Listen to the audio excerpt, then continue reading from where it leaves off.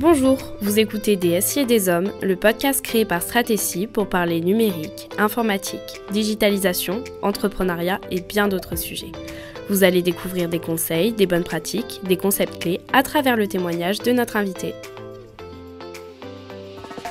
Bonjour à toutes et tous, ravi de vous retrouver pour ce nouvel épisode de DSI et des Hommes. Pour ce nouvel épisode, j'ai le plaisir d'accueillir Arnaud Masson, président d'Inciteo, qui est une solution qui digitalise, gère et optimise les environnements de travail. On ira un peu plus dans le détail et on vous expliquera exactement tout ça. Nous allons évoquer son parcours, le domaine et l'évolution du mode de travail et est-ce que ça impacte côté entreprise, salariés, etc. et bien d'autres choses encore.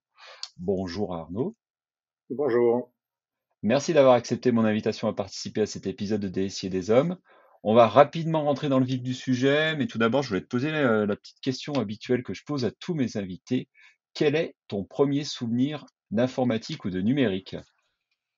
Alors curieusement, c'est un souvenir un peu ancien qui est lié aux ZX80. Alors ça va évoquer des choses pour les gens qui ont à peu près mon âge et beaucoup moins à d'autres.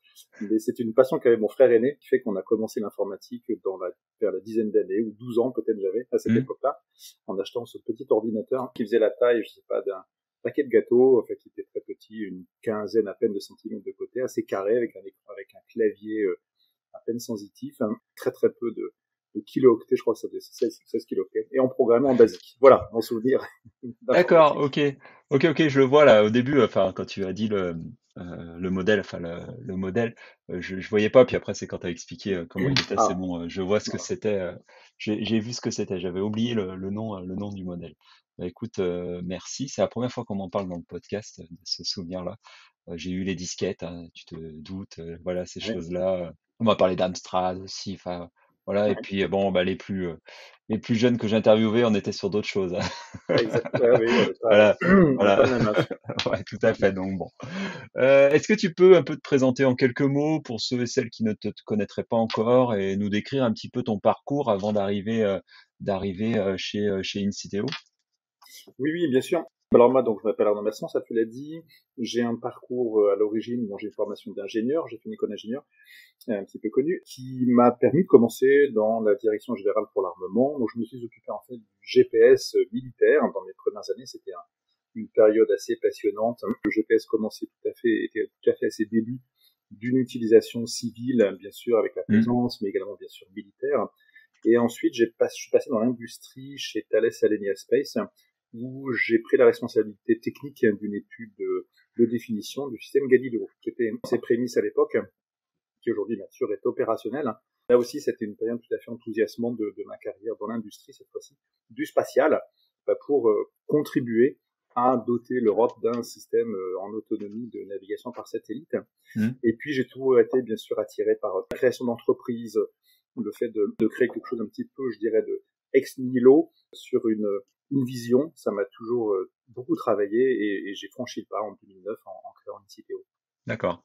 On reviendra sur Inciteo parce que je pense que c'est important un peu de revenir sur certains mots parce que forcément derrière, enfin, bon, en plus, enfin, quand je vais citer deux, trois statistiques qui ont été faites plus récemment, Inciteo existe depuis 2009, je crois.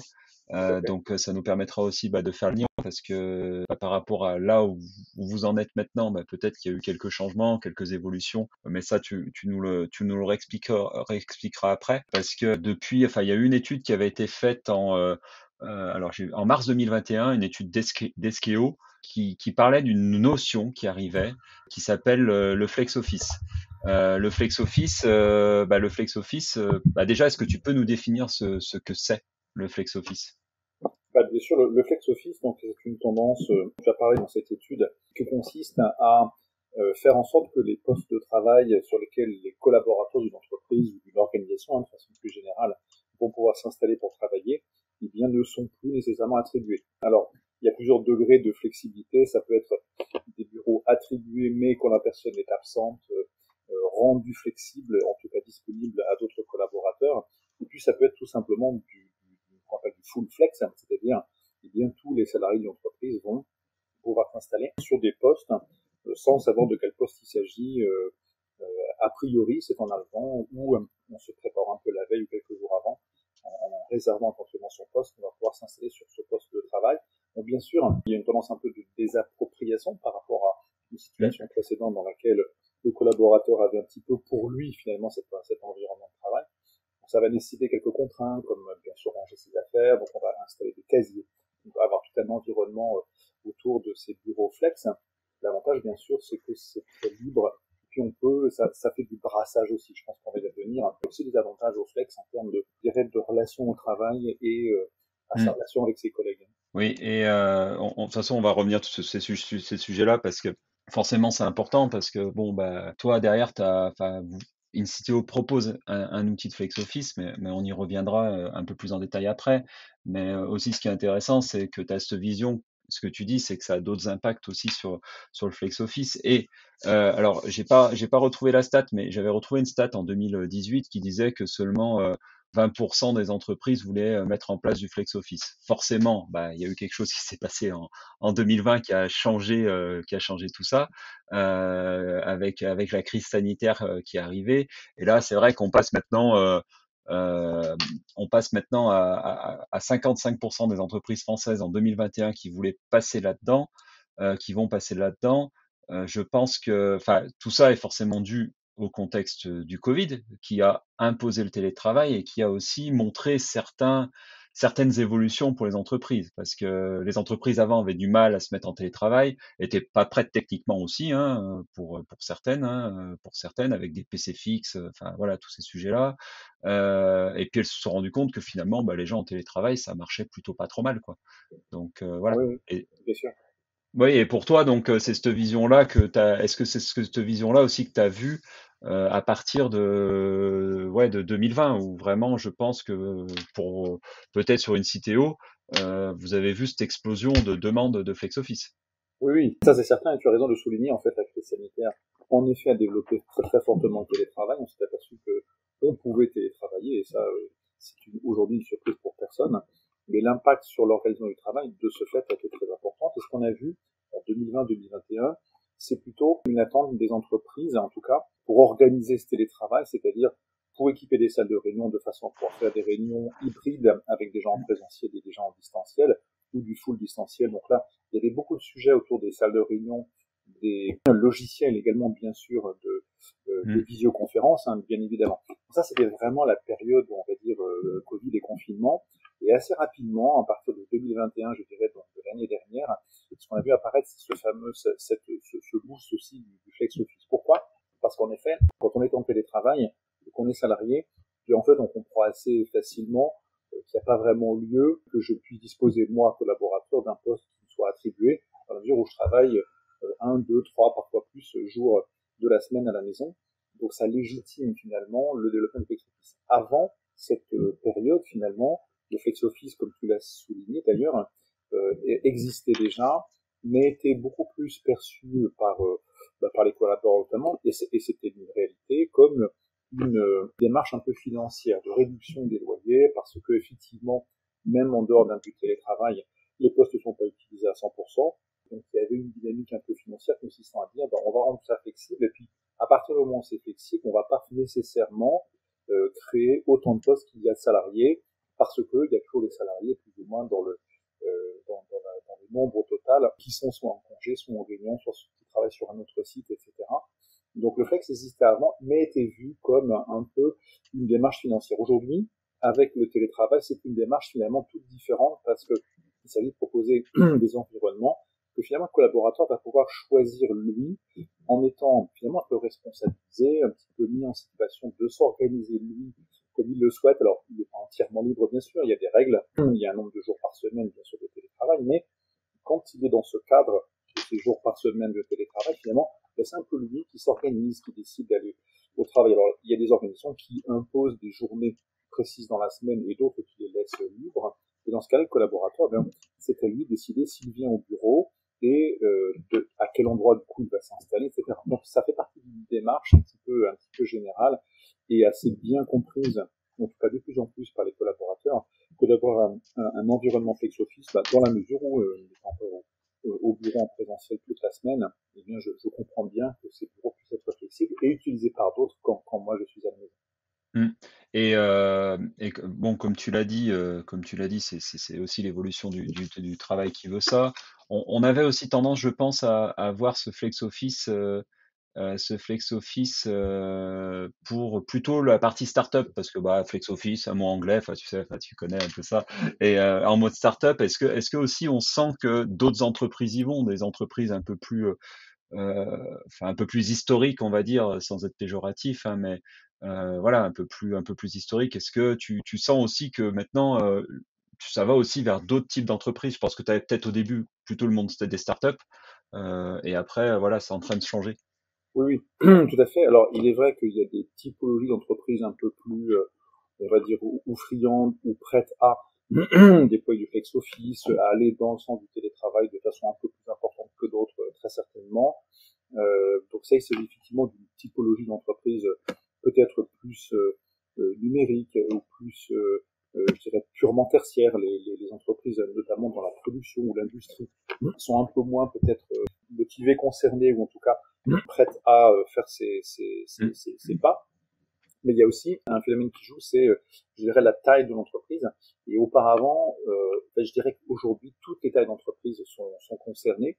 Et puis un dernier point, c'est les transformations. En fait, on a beaucoup d'entreprises qui nous consultent parce qu'elles ont un projet ou de réaménagement, leur bâtiment étant un peu ancien, ils font appel à un aménageur pour un petit peu relooker tout ça, ou alors un projet de déménagement, et à cette occasion-là, ou alors un renouvellement de bail, et du coup, on va Mmh. renégocier le nouveau bail avec un nombre de postes plus faible parce qu'on va implémenter du flex office. Donc, tout ça sont des projets qui, finalement, déclenchent la création, l'implémentation d'un flex office. D'accord. Et forcément aussi, il y a un enjeu enfin, comme on le sous-entend d'économie parce que ça évite aussi, de prendre des bureaux trop grands. On se rend compte que bon, il y a des entreprises, on arrive à un jour de télétravail, voire même plus, pour certains. Donc des locaux qui peuvent facilement se vider, des locaux qui peuvent facilement se vider, où on se dit: «À quoi ils servent mes locaux, quoi, finalement? Et je paye pour rien». Des fois, au lieu d'agrandir, eh ben, on va pouvoir aussi jouer sur cette notion de libérer de la place par le télétravail, et cetera, et cetera. Oui, bien Je sûr. suppose qu'il y a ça aussi en avantage, quoi. Bien sûr, on libère des espaces, hein, et puis il y a un point qui est un peu un corollaire de tout ça, dont on n'a pas encore parlé, c'est la consommation énergétique, bien sûr. Mmh, Parce qu'en fait, on s'aperçoit que, alors, déjà, la problématique, en fait, d'occupation des bâtiments et des bureaux est une problématique extrêmement significative, dans la mesure où les coûts des loyers sont de l'ordre de 10% des coûts d'exploitation de l'entreprise, et sont également, par ailleurs, de l'ordre de 10 fois supérieurs au budget que dépense l'entreprise pour la gestion de l'énergie, notamment, et le chauffage dans des entreprises tertiaires. Donc, on comprend tout de suite que mettre en place un télétravail et un flex office, ne serait-ce que de parler d'une journée par semaine de télétravail, on parle de 20% du temps de travail qui, du coup, ne sera plus effectué dans les bureaux. Donc, c'est une quantité tout à fait énorme comparativement aux 10% que représente la consommation d'énergie. Donc, il est beaucoup plus efficace, hein, de mettre en place un télétravail et un flex office dans une entreprise, que de, même si il faut toujours le faire, bien sûr, mais de prendre soin à fermer les fenêtres et en tout cas à moins chauffer ses bureaux. mmh.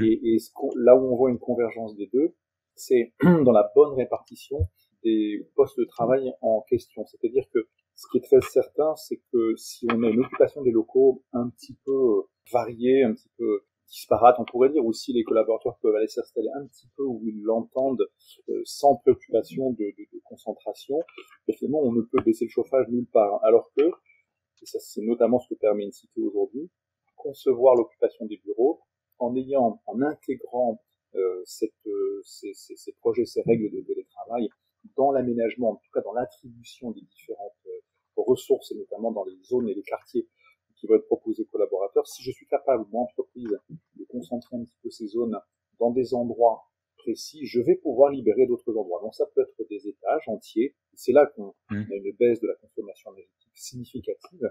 C'est pas en baissant un bureau au milieu d'autres bureaux que ça va pouvoir jouer, hein. Mais c'est vraiment en essayant de faire des baisses de température, hein, sur des superficies assez significatives, donc des étages entiers, voire des bâtiments entiers pour les très grosses entreprises. Et ça, c'est tout à fait important, mais pour le faire, il faut maîtriser l'usage des environnements de travail et des postes de travail notamment. Donc les deux, on le voit bien, sont très liés.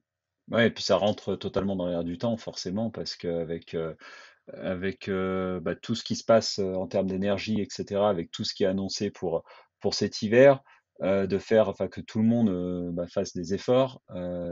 Forcément, s'il y a des entreprises qui arrivent à condamner entre guillemets des zones quand elles font du flex office, c'est-à-dire enlever la possibilité de réserver certaines zones pour au moins couper la partie chauffage, etc.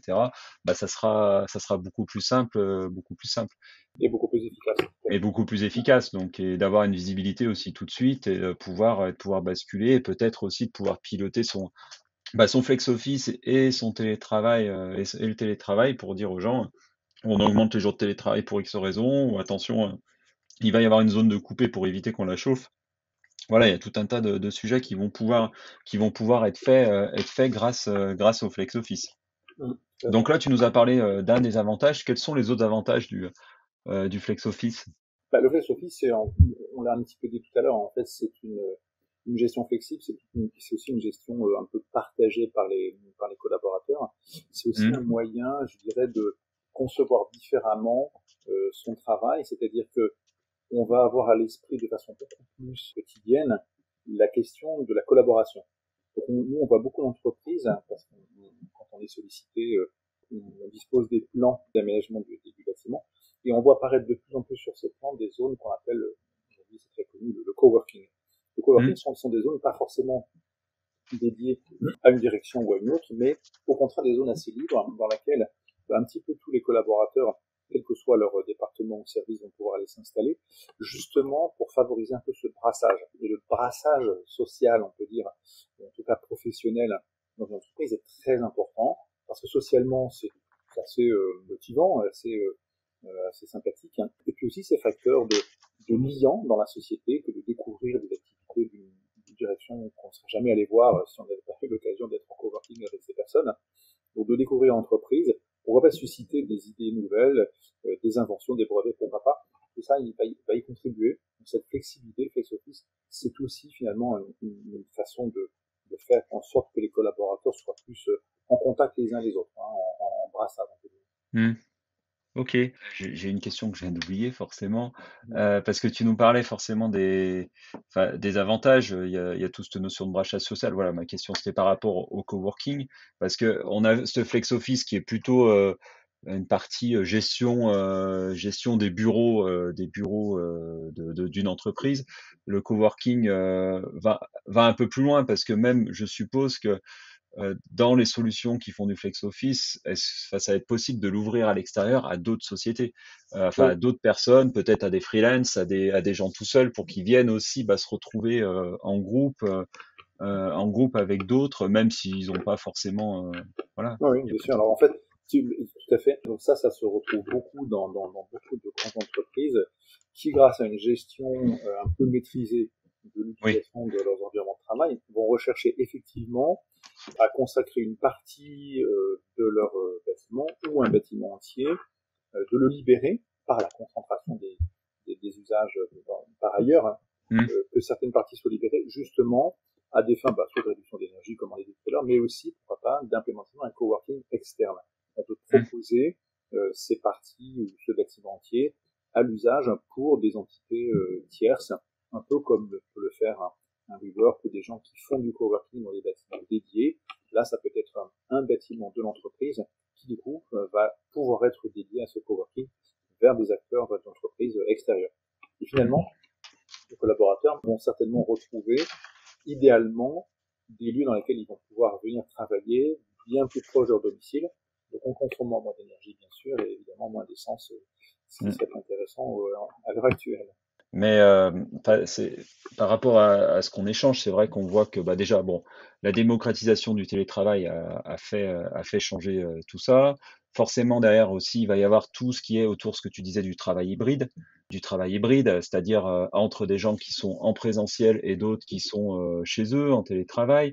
Donc aussi avec un nouvel espace de travail, comme tu l'as dit, on fait appel à vous quand il y aura des réaménagements, parce que les entreprises se rendent compte que, j'ai échangé avec beaucoup d'entrepreneurs de ce côté-là qui ont ces problématiques-là, que les gens, quand ils viennent, il faut qu'ils vivent une nouvelle expérience. Enfin, il faut pas qu'ils vivent la même expérience quand ils sont chez eux. Je me rappelle d'un échange avec un dirigeant d'une entreprise.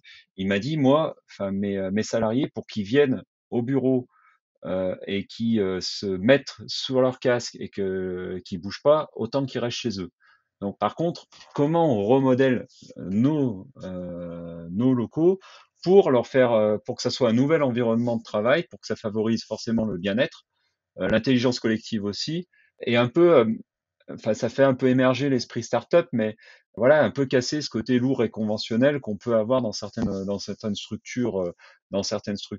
Et c'est là aussi où le flex office va pouvoir aussi apporter cette nouveauté, voilà, par rapport à tout ce que tu as dit, à la façon dont ça va être fait, et aussi pour optimiser, comme on le disait, l'occupation des locaux. Parce que on a parlé des postes de travail, mais il va y avoir aussi toute la partie salle de réunion, salle de partage qui va pouvoir être mieux réservé, parce que ça aussi, ça rentre dedans, parce que le nombre de réunions que j'ai pu voir chez des clients où ils travaillaient, où ils étaient en visio, alors qu'ils étaient sur les mêmes bureaux parce qu'ils avaient oublié de réserver une salle ou parce que quelqu'un l'avait réservé sans me demander. Le flex office, c'est aussi ça, c'est avoir d'autres espaces de travail. C'est ce que je ressens moi. Il y a un Oui, changement d'habitude de travail. Il faut que les entreprises fassent évoluer leur espace pour faire vivre une nouvelle expérience. Qu'est-ce que tu en penses de tout ça? bien sûr, bien sûr. Donc là, ça contribue de la flexibilité. C'est effectivement tout à fait important. En fait, c'est un peu dans le fil de ce que je disais juste auparavant, c'est-à-dire le fait que les salariés viennent au travail, comme le disait l'entrepreneur que tu as interviewé, bien sûr, ça va devenir un choix et non plus une situation subie. Donc effectivement, si je viens moi collaborer au travail, ben, c'est pour échanger avec des collègues, c'est pour une réunion, c'est pour socialiser un peu. Donc en fait, j'ai une démarche un petit peu volontaire pour venir, du coup échanger et pas travailler avec mon casque sur la tête toute la journée. Donc ça c'est certain. Les salles de réunion, tous les espaces autres, bien sûr, vont pouvoir être mis à disposition un peu comme avant, mais grâce à des outils, on va pouvoir consulter les agendas, savoir si ces espaces sont libres ou occupés. Donc on va pouvoir mettre à disposition beaucoup plus facilement via des outils numériques.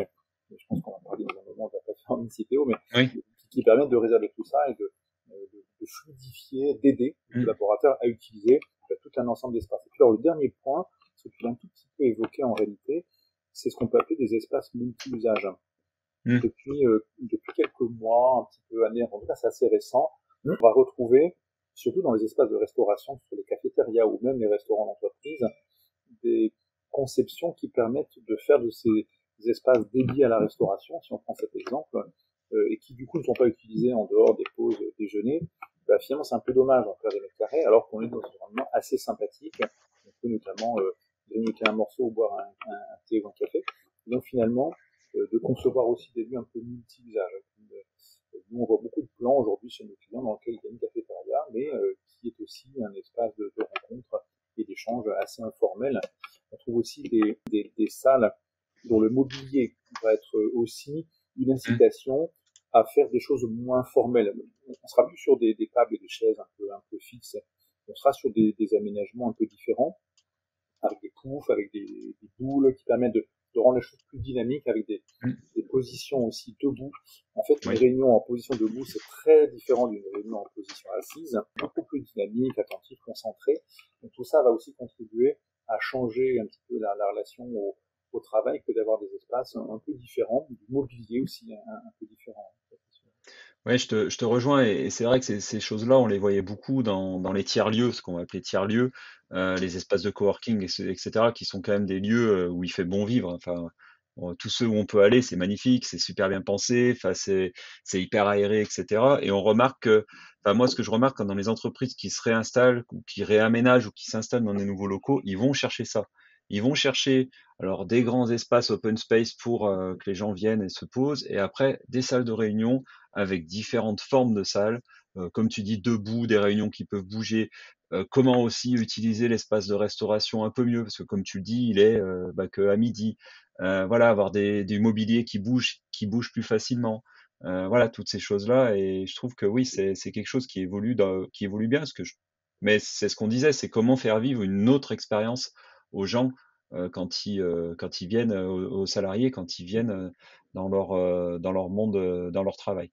C'est sûr. Et Alors nous, juste par contre, pardon de ouais, couper, ce qu'on observe chez nous, en l'occurrence chez INCITEO, c'est des salariés qui finalement, et moi y compris d'ailleurs, on aime bien les deux. En réalité, il n'y a pas d'opposition entre le Ah oui, télétravail c'est et le clair. travail en présentiel. Du full présentiel, en fait, d'avoir toute la semaine en présentiel, finalement, on manque un petit peu de ce petit plaisir de travailler à la maison. Puis à l'inverse, rester tout le temps à la maison, on se socialise plus du tout, ça va pas non plus. Donc une espèce d'équilibre entre des moments dans la semaine où j'échange et d'autres où je suis à mon domicile. Alors évidemment, ça change en fonction des collaborateurs en question. Le domicile n'est pas toujours adapté à du travail, bien sûr. Mais quand c'est le cas, c'est en général assez agréable. Mais c'est très bien vu que d'alterner, d'avoir ces phases. On retrouve aussi l'importance de la concentration. C'est vrai que la variété d'espace dans l'entreprise, comme un petit peu ce que ça peut être à la maison en télétravail, il est important d'avoir aussi des environnements qui fassent que quand on choisit en fonction des périodes de la journée, on puisse échanger, mais on puisse aussi être concentré et faire un travail de fond efficace. Enfin, je te rejoins, c'est déjà ce côté-là est très personnel pour l'alternance, le côté hybride est très personnel. Après, je te rejoins, il y a des choses qui sont plus faciles à faire quand on est en physique, il y a des choses où on peut rester chez soi. Mais tu vois, moi, des fois, je pars du principe où quand je vois mon agenda, que je dis, bah tiens, je vais au bureau, mais je fais 8 heures de visio, enfin voilà, je vais rien partager avec mes équipes. Donc, enfin, je sais pas que je trouve dommage, mais presque. Et alors bon, quand je vais au bureau, j'ai pas beaucoup de trajets, j'ai cette chance-là. Mais quand j'en vois certains de mes salariés qui ont 1 heure de trajet, qui viennent et qui se posent et qui mettent leur casque et puis qui enchaînent réunion sur réunion, bah, leur dire, enfin voilà, t'aurais pu rester chez toi. Après, il y a aussi l'inverse où la personne, bah, elle reste pas chez elle parce qu'il y a des raisons particulières, trop de bruit, des enfants en bas âge, etc. Donc difficulté de se concentrer. Donc je pense que c'est aussi ce côté-là. Justement, bah, tu nous parlais un peu d'Inciteo, de vos pratiques, on va dire, voilà, de télétravail et autres. Est-ce que tu peux un peu nous présenter Inciteo, et puis bah, après forcément faire le lien avec le Flex Office, mais voilà, vous existez depuis 2009.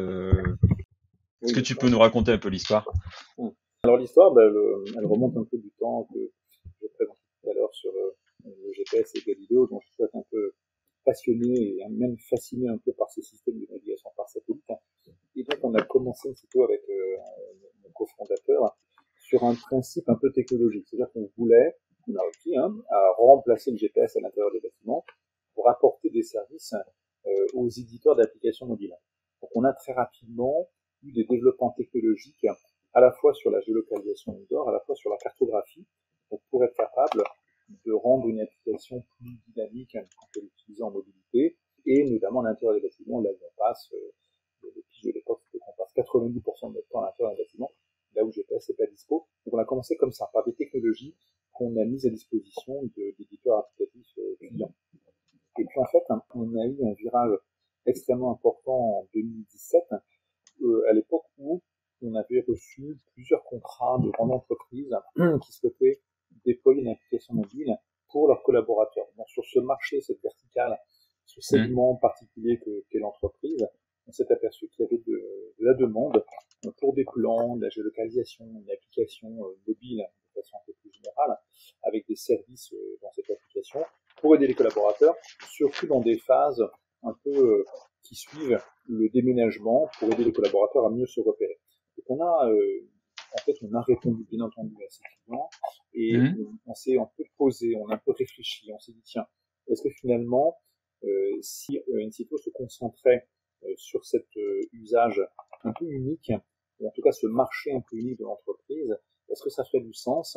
Et il est très vite apparu que ça en ferait beaucoup, parce que on serait beaucoup plus reconnu sur ce segment de marché, connaisseur de l'écosystème, notamment aujourd'hui on a beaucoup de partenaires qui sont des intégrateurs audiovisuels, des aménageurs, du coup que l'on connaît très bien. Donc on a une connaissance de l'écosystème bien plus importante. On a aussi une connaissance des enjeux chez nos clients, et donc pour les collaborateurs, qui est bien meilleur. Donc, tout ce qu'on vient de dire sur FlexOffice, c'est finalement une expertise que l'on a acquise suite à ce positionnement qu'on a pris en 2017, de viser donc ce marché exclusivement des entreprises. Pour les... Donc 2017, ça veut dire que tu étais au courant du Covid, c'est pas possible. Tu savais que ça allait arriver. on a eu un peu une intuition, mais on n'a pas bien sûr sorti le truc. Mais à l'époque, en fait, on était parti un peu à l'aventure aussi sur ce virage, en se disant que l'entreprise, au moins dans ces phases de déménagement ou de réaménagement, s'intéresserait à fournir des outils numériques. Alors, le développement des applications aussi, à l'époque, ne serait-ce qu'en lui-même, était un sujet à part entière parce que qu'un collaborateur ne dispose pas d'une application mobile de son entreprise, on a supposé qu'à terme, ça se serait considéré un petit peu comme insuffisant. Oui. Donc en fait, l'existence même d'applications mobiles pour entreprises me paraissait un sujet intéressant. Et puis, comme tu le soulignes, bien sûr, l'arrivée du Covid, le développement de FlexOffice a fait que ces environnements de travail se sont beaucoup flexibilisés, évidemment, par définition, mais aussi compliqués. C'est beaucoup plus compliqué pour un collaborateur de gérer son poste de travail ou ses salles de réunion quand son poste est flexible que s'il avait une étiquette avec son nom sur une porte fermée. Bien entendu, c'est plus compliqué. Donc, il faut l'aider. Il faut déployer des outils qui vont aider non seulement l'entreprise, mais aussi, je dirais surtout les collaborateurs, à savoir où se trouve, à savoir où sont les salles de réunion, où il va pouvoir s'installer le matin en arrivant en environnement flexible. Tout ça, c'est des attentes d'un collaborateur qui, s'il n'a pas ces outils, va très bien pouvoir se retrouver un petit peu perdu, un petit peu frustré. Et voilà. Donc ça, c'est quelque chose qui a beaucoup boosté, effectivement, notre marché des solutions qui aujourd'hui sont considérées comme des solutions de gestion des environnements de travail. Donc, on va gérer vraiment l'ensemble aujourd'hui des environnements de travail avec non seulement une application mobile, mais également une application pour ordinateur, une application aussi pour écran, tout ça pour, encore une fois, aider ce collaborateur à mieux gérer son environnement de travail, à savoir où un poste peut être disponible pour lui, où se trouve la salle de réunion, comment il peut la réserver, via toutes ces applis.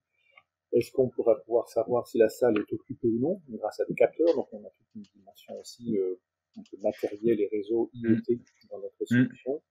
Et puis on va au-delà de ça, mesurer, stocker des informations de fréquentation et d'utilisation des environnements de travail, cette fois-ci, non pas à destination du collaborateur, mais plutôt d'une direction immobilière de l'entreprise, pour elle, l'aider à mieux maîtriser les environnements de travail et surtout l'usage réel qui en est fait. En fait, une direction immobilière, si elle n'a pas de solution pour mesurer tous ces usages, finalement fonctionne un petit peu en aveugle, c'est-à-dire qu'elle dépense beaucoup d'argent à créer de nouveaux environnements sans du tout savoir s'ils sont utilisés en réalité. D'où l'importance des mesures et des capteurs qui vont pouvoir non seulement aider ce collaborateur pour savoir si une bulle, par exemple, de communication est dispo ou pas, mais en stockant ces données pour renseigner cette direction immobilière et lui dire, oui, vos bulles sont utilisées plutôt bien sur un taux de l'ordre de, on va dire, 60-70%, ce qui est un très très bon taux. Ou alors, plutôt dans cette partie-là, d'ailleurs, du bâtiment, on observe que vos salles de réunion sont jamais utilisées, ou alors que les salles sont réservées avec de la surcapacité, parce qu'on va pouvoir compter aussi un nombre de personnes qui va utiliser une certaine typologie d'espace, et notamment des salles de réunion.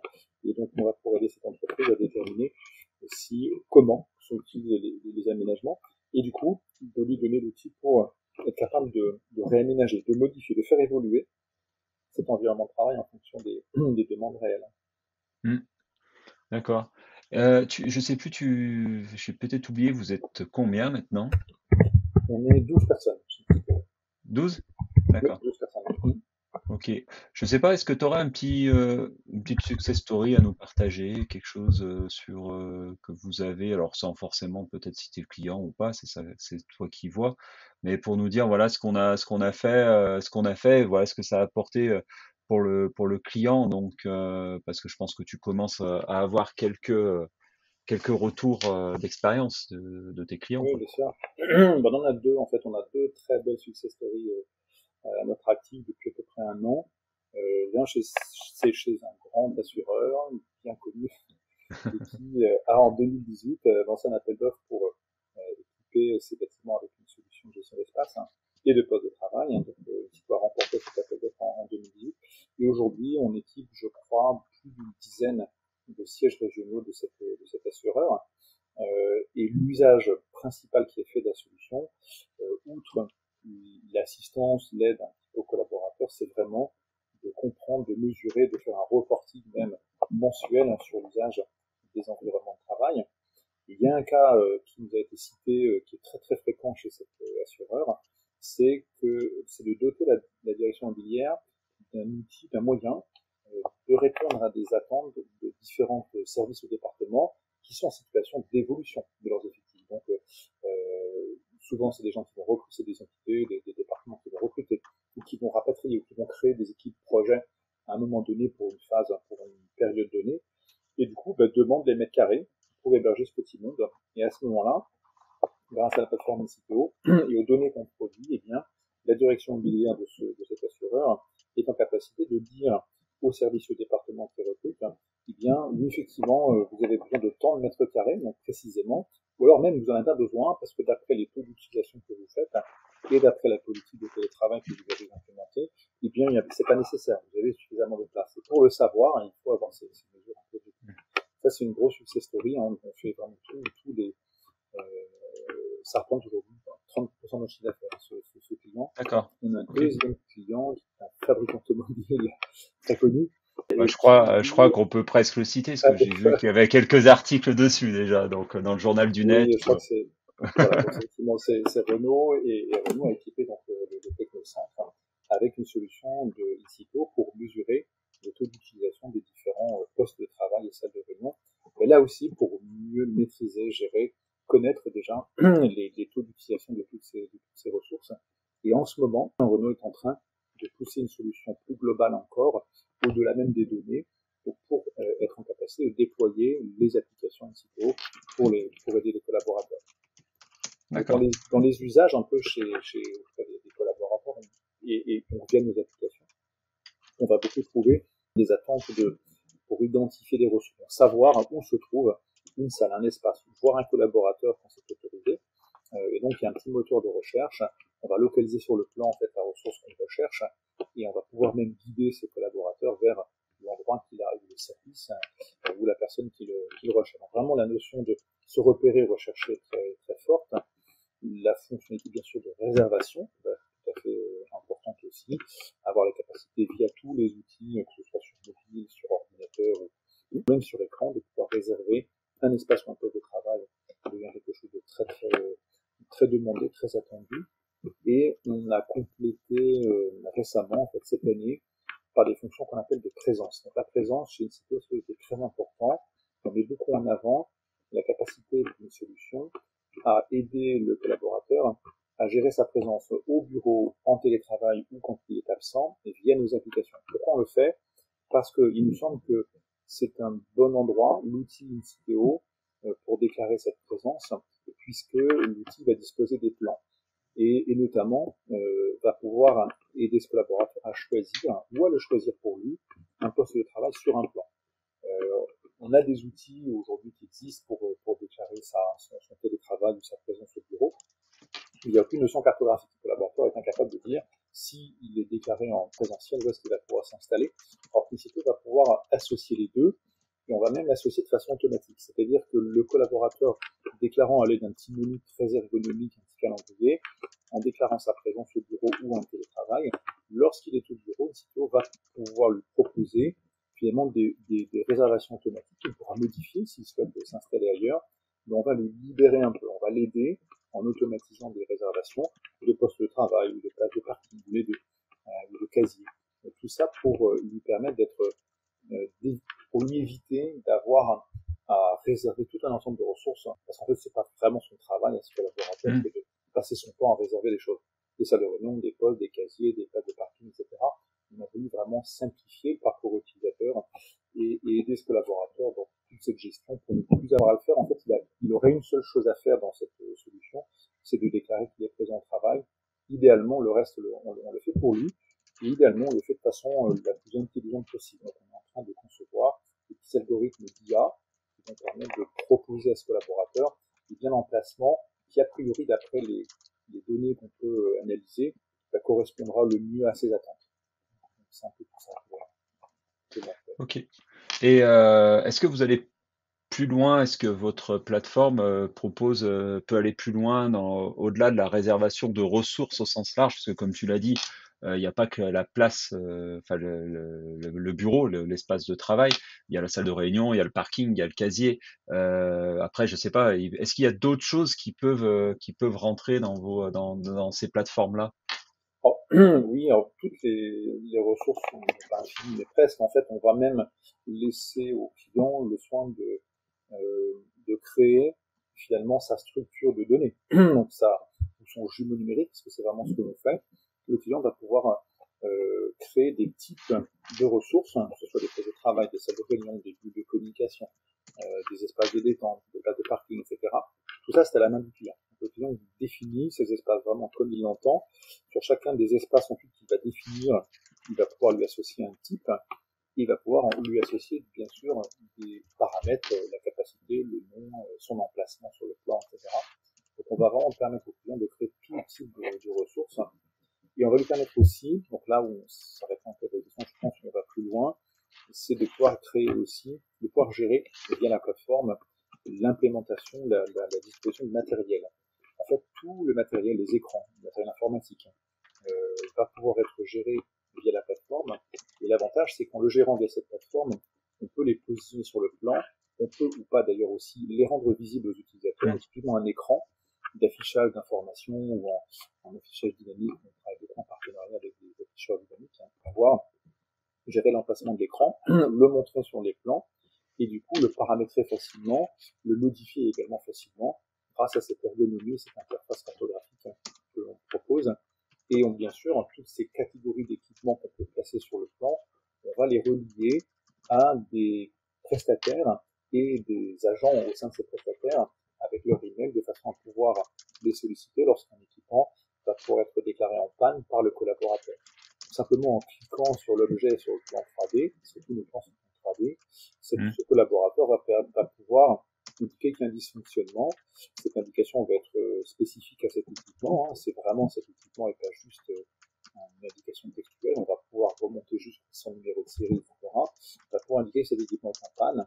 Et donc c'est l'agent de la société de maintenance audiovisuelle qui sera la bonne personne et qui va être averti qu'il y a ce dysfonctionnement. Et cette personne pourrait elle-même être reconnue via un profil pour utiliser là aussi l'application mobile d'Inciteo et être guidé jusqu'au lieu où il doit intervenir et statuer sur l'étape de son intervention. Donc elle a été acceptée, reconnue, réparée ou close. Tout ça sont des statuts que l'agent va pouvoir renseigner au sein de cette maintenance. Donc, ok, donc en fait, enfin, votre application va, entre guillemets, devient l'application de vie de l'immeuble, on va dire, enfin des locaux. Des locaux, au-delà de la partie réservation, il peut y avoir aussi d'autres sujets, même voilà, un incident dans des toilettes, je dis n'importe quoi, un incident dans des toilettes, un incident sur un bureau, tiens, il manque un câble là, parce que voilà, quelqu'un est parti avec, enfin bon, je sais pas, j'imagine tout ça. Donc en fait, vous êtes l'outil unique qui va permettre un petit peu de piloter les bureaux en complément d'autres choses, hein. Comme tu l'as dit aussi, vous pouvez travailler avec des afficheurs dynamiques parce que quand on parle, enfin, je pense enfin, ton client assureur, enfin, de Renault, etc. On est sur des milliers et des milliers de sièges, de sites, de places, de salles de réunion. Donc, il faut aussi avoir cette notion dans l'espace où c'est pour que la personne puisse s'y retrouver quand elle arrive sur le site, quoi.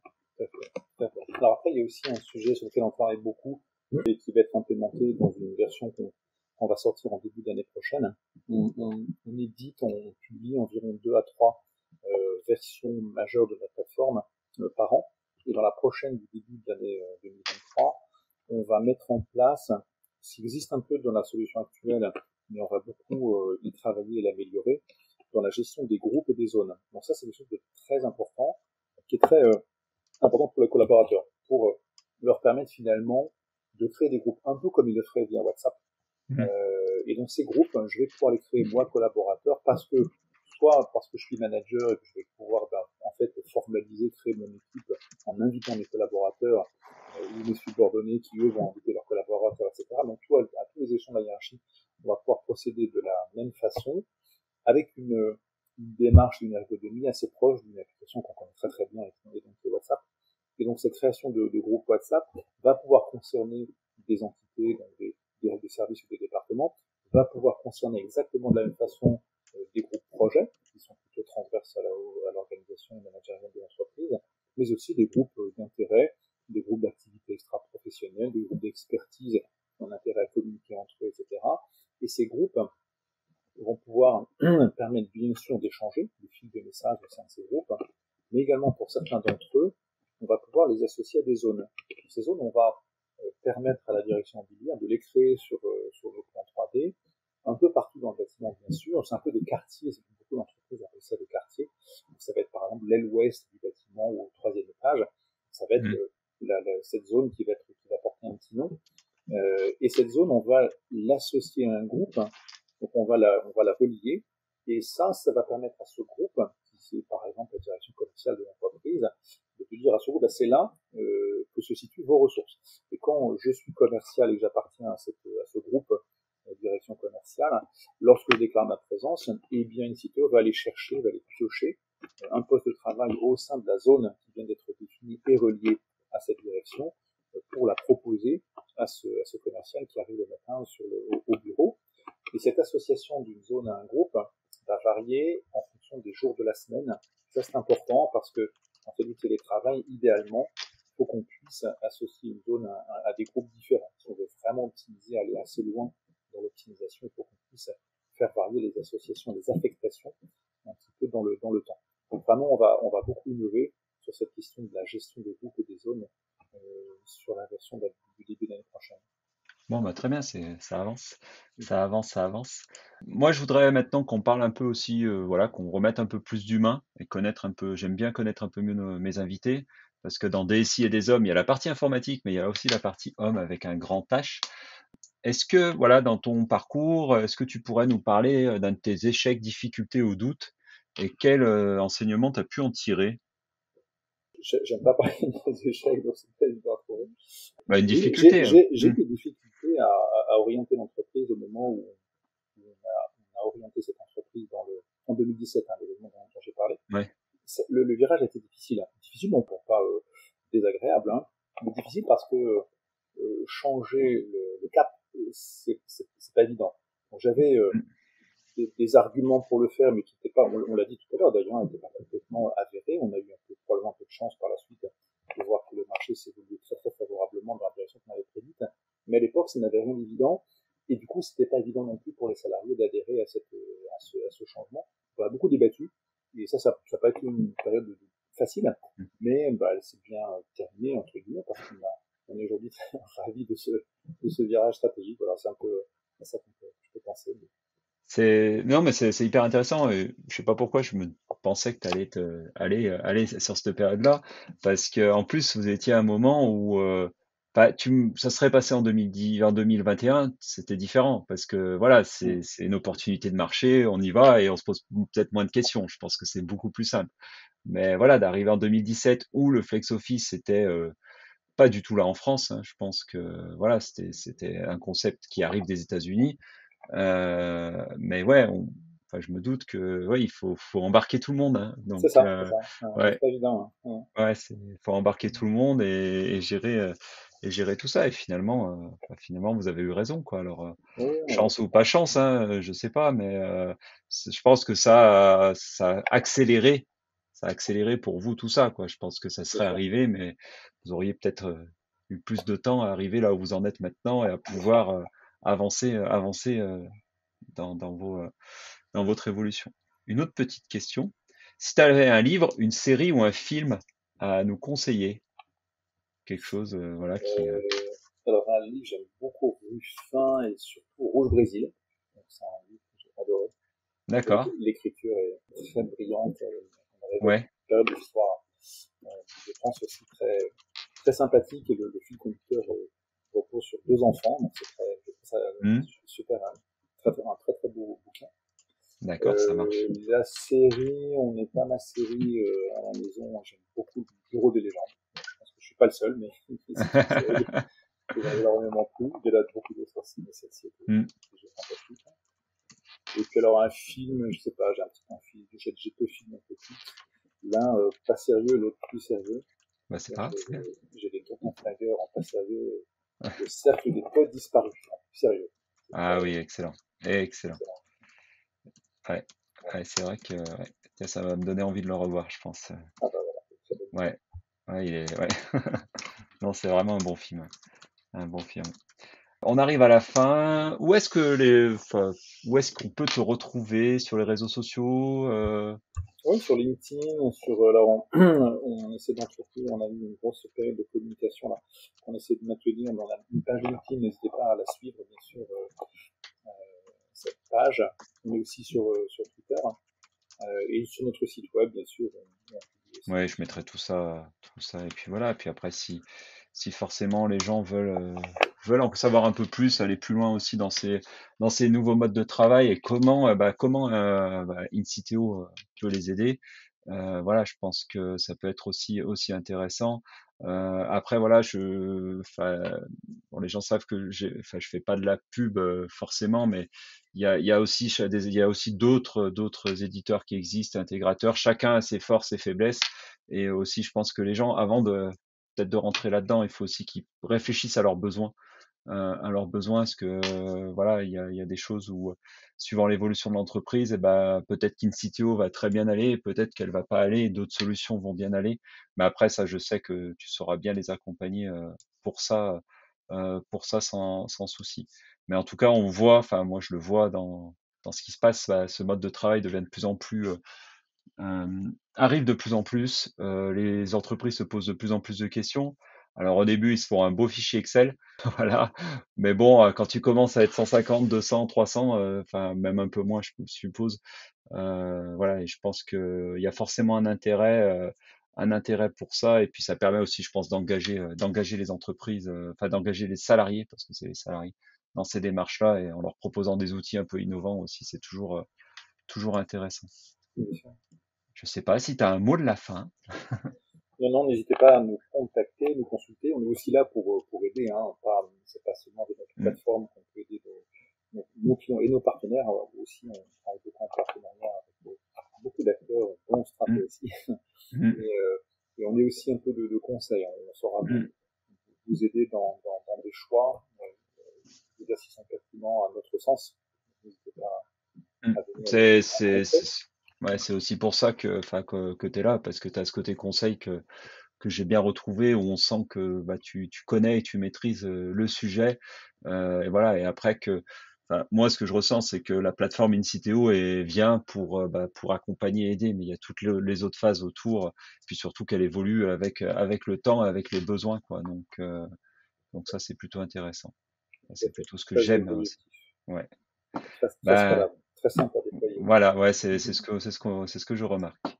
Merci à nos auditeurs de nous avoir écoutés. Donc, comme je vous l'ai dit, vous pouvez retrouver Arnaud sur les réseaux sociaux, sur LinkedIn, et InCiteo sur LinkedIn, Twitter et sur leur site internet. Je vous mettrai de toute façon tous les liens dans la biographie de l'épisode. Et puis, si vous avez des questions à propos du système d'information, n'hésitez pas à nous contacter via Facebook, LinkedIn, Twitter. Et puis voilà, abonnez-vous sur votre plateforme d'écoute. À bientôt sur DSI des Hommes. À bientôt.